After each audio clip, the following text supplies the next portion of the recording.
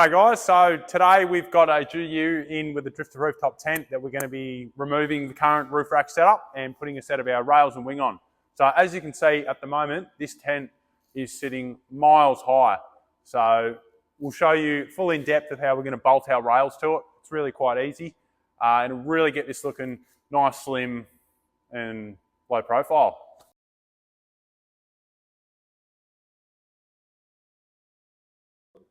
So next up, I'm going to connect the wing to the rails.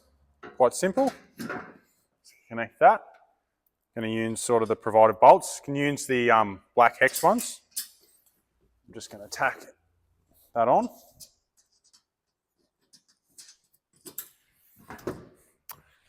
What I should have done first actually, use a little bit of anti-seize on all the stainless bolts.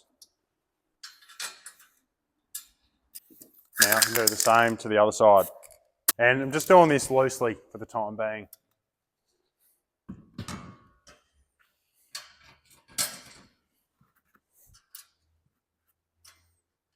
So now we've got these sort of nipped up roughly in place. You just got to move it back and forth. You can put it wherever the hell you want.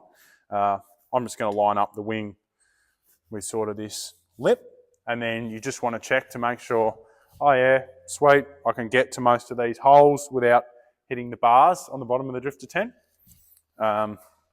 Then with the drifters and the way that they open on the side, I will actually ever so slightly off-center it. So the side you're getting in that opens up, it overhangs more on that side to allow more gap for the awning. So, you know, maybe I'm just doing it off feel, but it's going to go that way an extra 5 to 10 mil. And I'll just sort of use a couple of clamps to roughly hold that into place. I will check this later. So in between here, if you don't have a wing, it's on our instructions that it comes with, but this is 1120, and then at the front, it's a 1135. So the best way to do it, which I will do in a minute, I'm just putting it roughly, is to sort of mark a center line, or off center a little bit, and get your 1135 in between. Now they're just holding it roughly so it doesn't want to just fall off. So I'll sort of double check this, make sure everything's going to line up nice, and then I'm going to go along with a texter and I'm going to mark as many of the holes that we can use. All right, so got them sort of roughly where I want. We've got this overhanging a little bit. So you've got 1120 at the back, and the roofs on the GUs actually run out a little bit. So it's 1135 in between here. I'll just check to make sure got that right. Sweet, 1135. Obviously, as you can see on the rails, we've got really big sort of holes to allow a lot of play. So, you know, you can drill the holes, and right before you're going to bolt everything up properly, you've still got heaps of movement or adjustment if you need to fine tune it. So now I'm going to go along and I'm just going to mark all the holes. All right, so now I've got all the holes marked, allowing enough room that you can get it as far across as we can and have a washer underneath. So I'm just going to go along on each one of my holes and I'm going to mark 11 mil. That's what I'm doing my center to. I'll go along, I'll do that on all the sides, then go along with a hole punch and punch all the holes. Then go along, I'll put a center hole in them and probably run a 9mm drill bit through them, and then use a countersink bit to deburr them.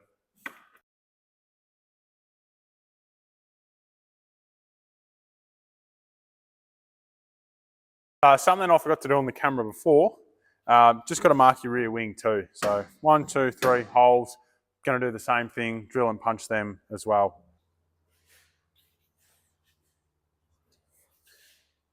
All right, so now we've got everything sort of into position. All the holes are drilled, ready to go. All the bolts and stuff that you're going to need are supplied. So to bolt through this, I'm going to use one of the hex bolts, one of the mud guard washers, and I'm going to go through like that. Then on the back, you use one of the smaller washers and a nylon nut. So these will be a bit of a pain to do up. I'll go along and do all that. And then on the back, you can just use one of the dome nuts and a small washer through all of those holes, just like that. And then I'll go along, I'll tack everything together, recheck my measurements, and then I'll do everything up tight, and we're pretty much good to go. So I've gone along now, I've done up all the bolts, I've checked my measurements, I've made sure I'm sort of happy with everything where it's sitting, just making sure that's 1135 between those two rails, or if things have been updated, just check what we write on the instructions. So now I'm going to go along and I'm going to put all the pinch weld on these parts. They're generally long, so for here you just got to cut it to size, just with a set of pliers. Then I'll go along, I'll put the wing pinch weld on, and we're pretty much good to go. Then we'll flip it over, get it hooked up, and it's ready to go on the car. All right, so now we've got the tent flipped over, it's about ready to go on the car. We're fortunate we've got a crane here, so we've just run some slings through the dimple dies. We're going to lift it up, bring the car back in, drop it down. You can use a block and tackle. You'd be able to do it with a few sort of mates, which some people do, but we've got the pleasure of the plane, so I'll show you how it's done.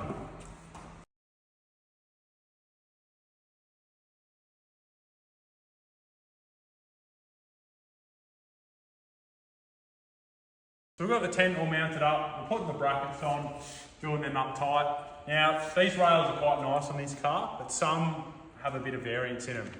If you've got a gap here, when we go to do it up, we'll just use a clamp and just tighten that up a little bit, and then do your rail clamps up.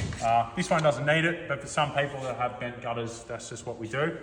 Gonna go along, do all them up, and then that's good to go. And we'll look at mounting an awning on the other side too.